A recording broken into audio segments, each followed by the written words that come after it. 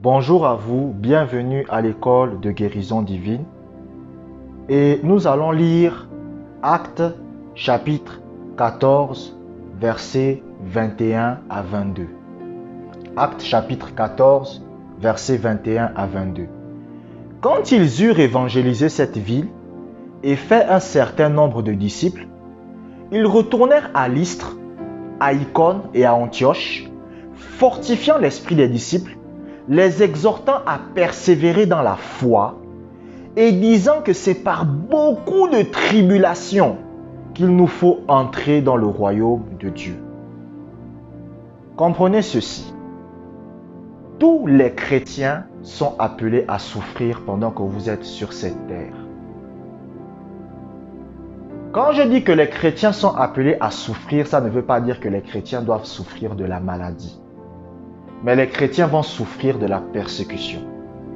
La Bible dit que c'est par beaucoup de tribulations qu'il vous faut entrer dans le royaume de Dieu. Vous savez, aujourd'hui, les gens prêchent un évangile qui n'est pas l'évangile. La dernière fois, j'écoutais un homme de Dieu et il enseignait, et ce qu'il disait, c'était vrai. Il dit qu'aujourd'hui, les hommes de Dieu pensent qu'ils enseignent la parole de Dieu, mais en réalité, ils enseignent la philosophie. Vous comprenez? Vous comprenez? C'est-à-dire qu'ils enseignent des rêves. Parce qu'aujourd'hui, les chrétiens pensent que être chrétien, ça veut dire qu'il n'y a pas de souffrance que vous allez vivre. Il y a des souffrances que vous allez vivre. Mais ces souffrances sont rattachées à la persécution et à la tribulation. Ce ne sont pas rattachées à la maladie. Les souffrances d'un chrétien, c'est pas que le 15 du mois, il a faim, il ne sait pas quoi manger. C'est pas ça les souffrances d'un chrétien. Les souffrances d'un chrétien, c'est pas qu'il a le cancer de l'estomac et il va mourir. C'est pas ça les souffrances d'un chrétien. Mais les souffrances d'un chrétien, c'est les persécutions et les tribulations. C'est-à-dire les gens ne vous aimeront pas parce que vous êtes chrétien. Vous comprenez? Les gens ne vous aimeront pas simplement parce que vous êtes chrétien. Vous comprenez? C'est la même chose que Daniel. Lorsque vous lisez par exemple le livre de Daniel, Daniel c'était pas un chrétien, mais c'était quelqu'un qui avait la crainte de Dieu.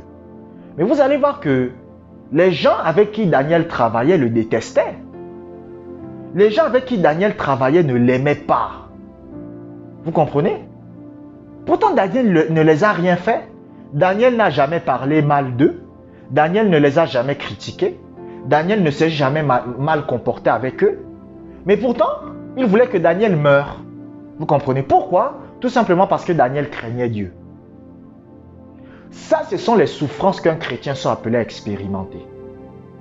Mais maintenant, souffrir de la maladie, ça ne vient pas de Dieu, ça. Et plein de chrétiens aiment dire ça. Je suis malade, c'est Dieu qui me met à l'épreuve. Dieu n'est pas en train de vous mettre à l'épreuve. J'ai des douleurs au dos, c'est Dieu qui me met à l'épreuve. Dieu ne vous met pas à l'épreuve.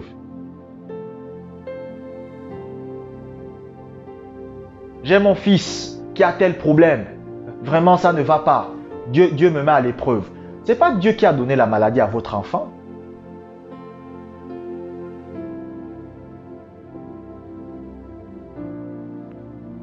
Dieu ne met pas à l'épreuve ses enfants avec la maladie. Dieu n'éprouve pas ses enfants avec la maladie.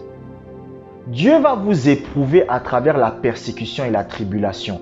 C'est pour ça lorsque vous lisez même la Bible dit quoi? La Bible dit que quand le Seigneur va parler de la parabole du semeur, il va dire quoi? Il va dire que le semeur, la semence c'est la parole. Et il y a un certain type de chrétiens, lorsqu'ils écoutent la parole, à cause des persécutions, ils abandonnent Jésus-Christ. Vous comprenez? Pourquoi? Parce que c'est une épreuve. L'épreuve que Jésus vous fait passer, c'est lorsque les gens vous rejettent, lorsque les gens vous persécutent, pour voir si vous tenez à lui. C'est là que vous démontrez à Dieu si vous tenez à lui. Il y a une dame, vous comprenez? J'ai lu un livre, c'est dans l'un des livres de Smith Wigglesworth, et elle raconte que, elle écrit une lettre à Smith Wigglesworth, là où elle parle de ses problèmes avec son mari. Et elle dit que son mari était dans l'église baptiste. Et les églises de confession baptiste ne croient pas au parler en langue. Ils ne croient pas au Saint-Esprit. Vous comprenez? Donc, elle va être baptisée du Saint-Esprit. Et quand elle va être baptisée du Saint-Esprit, elle va parler en langue. Et son mari va dire quoi? Son mari va lui dire que moi, je ne crois pas au parler en langue. Donc, tu vas faire un choix. Soit tu abandonnes le Saint-Esprit, soit tu m'abandonnes. Tu dois faire un choix. C'est entre le Saint-Esprit et moi, choisis. Soit tu vas avoir une communion avec le Saint-Esprit, soit tu vas avoir une communion avec moi, choisis. Mais la femme a dit quoi? La femme a dit que, chérie, je t'aime, mais je ne peux pas abandonner le Saint-Esprit. Le mari a dit, ok, il n'y a pas de problème. Je vais revenir dans une semaine et je veux que tu aies pris tous tes bagages et que tu dégages de ma maison. Et il est sorti. Et la femme a écrit à Smith Wigglesworth. Elle a envoyé le message. Elle a dit, ah, pasteur, mon mari a quitté la maison parce que j'ai été baptisé du Saint-Esprit, tout ça, tout ça. Et Smith Wigglesworth est venu dans la maison de cette dame. Smith Wigglesworth a prié avec cette dame. Et par la grâce de Dieu, le mari de la femme est revenu à la maison. Et qu'est-ce qui s'est passé? Il n'a pas chassé sa femme. Et durant la même nuit, il a été baptisé du Saint-Esprit, il a parlé en langue. Et il a commencé à remercier sa femme. Il a dit, chérie, je te demande pardon, j'ai voulu te chasser à cause du Saint-Esprit. Moi aussi maintenant, je crois au Saint-Esprit. Donc, vous voyez que cette femme a été mise à l'épreuve. Ça, c'est ce qu'on appelle une épreuve de Dieu. Vous comprenez? Parce que la majorité des autres femmes, qu'est-ce qu'elles auraient fait? Elles auraient dit à leur mari, la majorité des femmes, elles auraient dit à leur mari, chérie, je laisse le Saint-Esprit. Ok, je n'abandonne pas, je laisse le Saint-Esprit. Continuons à vivre ensemble. Ouais, ça c'est Dieu qui lui a mis à l'épreuve. Vous comprenez? Moi je me rappelle à l'époque, lorsque j'étais devenu chrétien, j'étais détesté. Bon, parmi certains membres de ma famille, mais c'était grave. Vous comprenez? Les gens m'ont dit que si tu continues à prêcher l'évangile, tes médicaments là, tu vas les payer toi-même. Maintenant, j'avais le choix, qu'est-ce que je faisais? Soit j'arrêtais de prêcher l'évangile et on me donnait les médicaments. Vous comprenez? Soit je continuais à prêcher et on ne me donnait plus les médicaments. J'ai dit à des personnes, c'était des membres de ma famille, des oncles aussi, tout ça. J'ai dit que non. Moi, je vais continuer à prêcher l'évangile. Ils m'ont dit, ah bon? Ils m'ont dit, mon petit, démerde-toi maintenant. Ils ne me donnaient plus les médicaments. C'est comme ça que j'ai appris maintenant à exercer ma propre foi. Vous comprenez? Donc, moi, je ne prends pas les médicaments pour me guérir. Franchement, je ne sais pas, je compte le nombre de fois que j'ai pris les médicaments en 10 ans. Peut-être 2 ou 3 fois. Vous comprenez? Mais ça, c'est ce qu'on appelle les épreuves de Dieu. Vous comprenez? Mais j'ai le cancer. Ça, ce n'est pas une épreuve. Oh, j'ai le cancer, c'est Dieu qui me met à l'épreuve. Ça, ce n'est pas une épreuve de Dieu. J'ai les maux de tête depuis 15 ans. C'est Dieu qui me met à l'épreuve. C'est faux. Dieu ne vous met pas à l'épreuve depuis 15 ans avec les maux de tête. Ça, c'est le diable qui est simplement en train de vous persécuter. Vous comprenez? Dieu ne met pas à l'épreuve ses enfants avec les maux de tête, avec la maladie. Vous comprenez? Mais Dieu vous met à l'épreuve avec la persécution. Nous allons lire un deuxième passage de la Bible. Jean chapitre 3, verset 16. Beaucoup de chrétiens connaissent ces versets, mais ne le comprennent pas. Dieu a tant aimé le monde qu'il a donné son Fils unique, afin que quiconque croit en lui ne périsse point, mais qu'il ait la vie éternelle. Regardez ce que ce passage dit. Il dit, Dieu a tant aimé le monde. Donc ça veut dire que Dieu vous a tant aimé qu'il a donné son Fils. Maintenant, la deuxième chose que vous devez comprendre, c'est ceci. C'est que Dieu ne punit pas ses enfants avec la maladie. Dieu ne rend pas malade ses enfants avec la maladie. Dans la première partie de cet audio, je vous ai dit quoi? Que Dieu n'éprouve pas ses enfants avec la maladie. Dieu ne vous met pas à l'épreuve avec la maladie. La maladie que vous avez dans votre cœur, dans votre corps, ce n'est pas une épreuve de Dieu. Oh, Dieu me met à l'épreuve, Dieu me met à l'épreuve. C'est faux. Ce n'est pas une épreuve de Dieu, ça. C'est simplement Satan qui est en train de vous faire mal. Donc vous arrivez au ciel, vous allez dire à Dieu, oh Dieu, j'ai été dans une épreuve pendant 15 ans avec la maladie. Dieu va vous dire, mais ça, c'est pas une épreuve, ça. Vous comprenez? Et de même, Dieu ne vous punit pas avec la maladie. Dieu ne vous punit pas avec la maladie. Dieu ne prend pas la maladie et il vous punit avec. C'est faux. La Bible dit que Dieu a tant aimé le monde. Vous savez, beaucoup de chrétiens, en réalité, ils pensent qu'ils comprennent ça. Il y a même des pasteurs qui prêchent ça, mais ils ne comprennent pas ce qu'ils prêchent. Vous allez voir des gens, ils vont dire, oh, la Bible dit, Dieu a tant aimé le monde. Et après, vous dites à cette même personne que la maladie que tu as, c'est pour la gloire de Dieu. Non, mais vous voyez un peu le délire des gens. Est-ce que vous voyez un peu le délire des gens? C'est-à-dire que quelqu'un est devant toi et on va dire à cette personne que Dieu t'aime. Dieu t'aime. Et après, 5 minutes plus tard, on lui dit que la maladie que tu as, c'est pour la gloire de Dieu. C'est de la folie.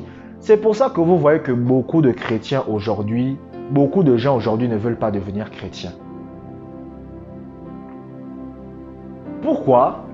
Parce que on leur raconte du n'importe quoi. Oh, la maladie que tu as, c'est Dieu qui veut que tu souffres.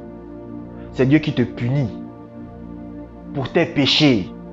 Ça aussi, c'est un deuxième message qu'on aime souvent dire. Dieu punit les gens avec le péché, avec la maladie. Non. Je vous ai pris l'exemple. Écoutez. Je vous ai pris l'exemple. Par exemple, j'avais mon neveu. Je reprends encore ce même exemple pour que les gens puissent comprendre. J'avais mon neveu. À l'époque, il avait 4-5 ans. Il ne parlait même pas encore vraiment bien. Et chaque fois que je préparais de la nourriture, la marmite était chaude. Et moi, je ne voulais pas qu'il touche la marmite. Chaque fois, je lui disais que ne touche pas la marmite, c'est chaud, tu vas te brûler. Tu vas te brûler.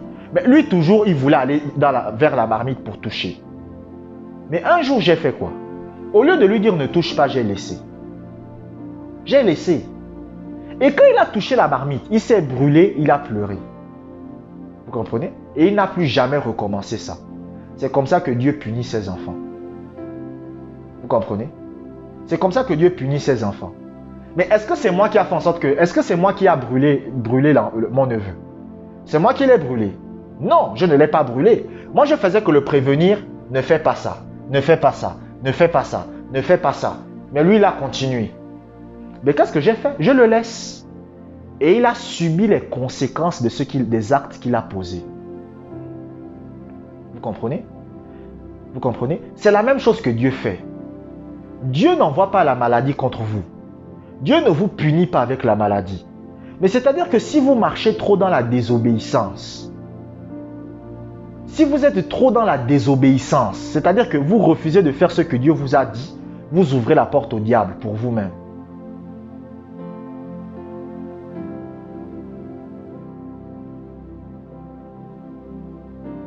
Par exemple, vous avez un copain. Vous savez que ce n'est pas bien d'avoir un copain. Mais vous continuez. Vous êtes chrétienne. Je ne parle pas de quelqu'un qui est dans le monde. Je dis de quelqu'un qui dit qu'elle est chrétienne.